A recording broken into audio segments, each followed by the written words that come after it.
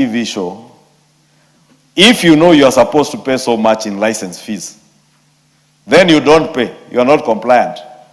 Then you allow city council officers to come and harass you and demand money in cash for you, and you have been told all you need to do is pay your license fees of 20 or 25,000 shillings digitally. You don't even need to transact in cash with anybody in the city county of Nairobi, but you don't pay for your license fee.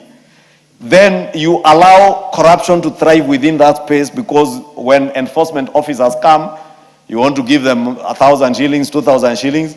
At the end of the financial year, you'll have paid more than the license fee you would have paid. It is the same thing that happens in some of these organizations. And that's why I'm speaking about the Competition Authority. Certain officers in government agencies will now go and tell the investors, what we can do, we can strike a deal. Instead of you paying stamp duty of, say, 38 billion shillings on this 380 billion shillings transaction, we can organize how you will pay a lesser amount, but under the table, give us this much. I want to tell those investors, don't dare. Don't dare. What is in law must be paid as is provided for in law. Only Parliament, and I repeat, only Parliament can vary taxes. National Assembly, not even Parliament. Only this house, where I am speaking from. Only the National Assembly has powers under the Constitution and our laws to vary any taxes, or to impose, or to waive, or to exempt any taxes. Not even the Cabinet Secretary, National Treasury. That is why every time they need to do something in variation of taxes or fees and levies under the Miscellaneous Fees and Levies Act, they have to come to this house. And I say that, Honorable Speaker, because in my other life in business, I also get privy to certain information. That is why I specifically address the Competition Authority, to ensure that what is due to Caesar, is it Caesar in the Bible? Yes, what is due to Caesar? Give unto Caesar. Give unto Caesar what is due to Caesar. Yeah. Therefore, for Asahi and Diageo, what is due to KRA, what is due to Commissioner General KRA, CS Adan Mohammed, please give it to him in full. In full.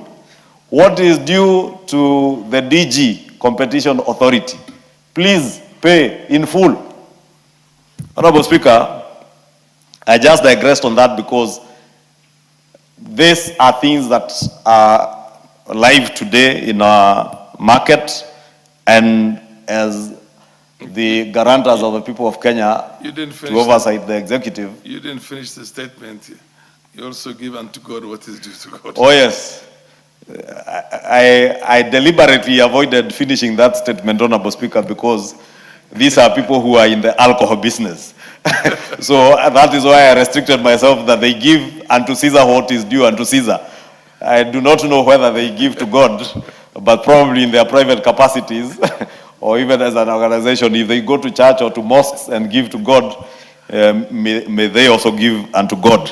But part of the great work, for instance, EABL does in terms of, under the EABL Foundation, they do a lot of good work, and which is also part of giving back to God by giving back to the people of Kenya through their CSR under the EABL Foundation. They do a lot of good work, and I must commend EABL for the great work they have been doing.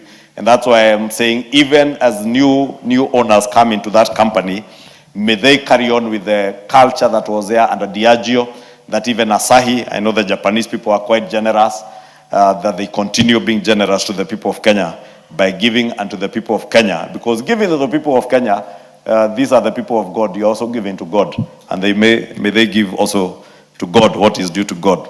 Honorable Speaker, the other thing that this bill speaks to, and I've touched on it, is clarification of merger and control provisions, and the bill updates provisions relating to mergers and acquisitions to capture modern forms of business control and transactions, including those undertaken by foreign entities whose conduct affects the Kenyan market, And that is why I digressed a bit on that transaction between Diageo and Asahi, because these are foreign-owned companies, but their conduct affects the Kenyan market because, as I said, they must pay what is due to us in taxes, pay what is due to us in terms of levies or A&A for the Competition Authority.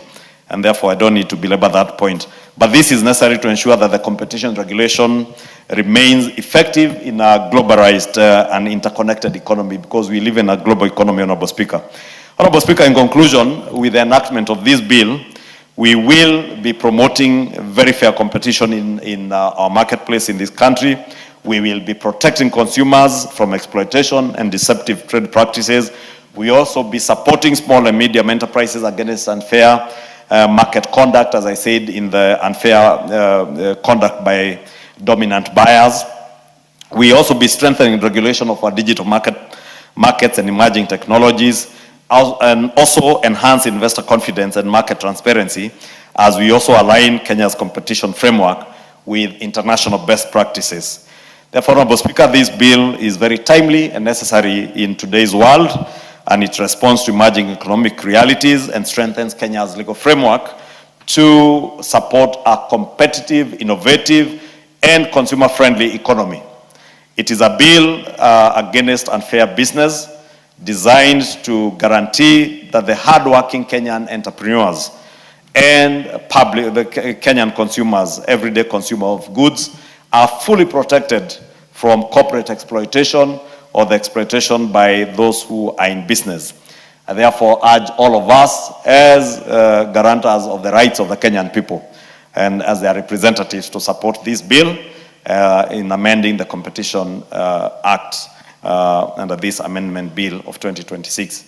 I therefore beg to move, and I want to request the very brilliant and able chair of the Finance and National Planning Committee, the member for Molo, who is a very diligent chair of the committee and a great servant of the people of Molo. A man who, Honorable Speaker, I told you the other Saturday I went to his constituency, and there, when people go there shouting one term, the public in Molo tell them their member of parliament is not one term. He's already done his first, second, he's going for the third term.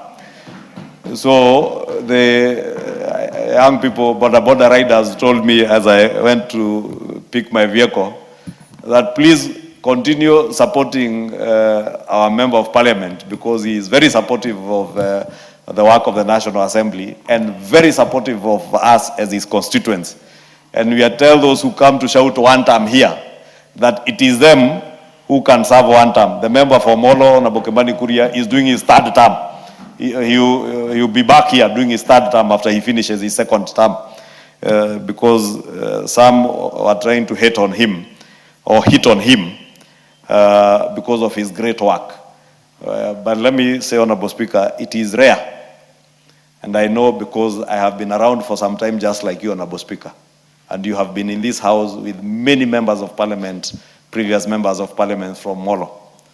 Whether you begin from the late Keheka Kimani, whether you talk of Jenga Mungai, whether you talk of the former member Kuna, whether you talk of Mukiri, Jacob Mukiri, the people of Molo have never produced a more brilliant, more focused, and more diligent member of parliament than the Honorable Francis Kimani Kuria. And I don't say this because he has the name Kimani somewhere. I say it because he has been able to exhibit that brilliance, that intelligence, and the commitment to shepherd this country to greater development and prosperity, not just for the people of Molo, but for the people of Kenya. It is rare to find such focused young leaders, Honorable Speaker.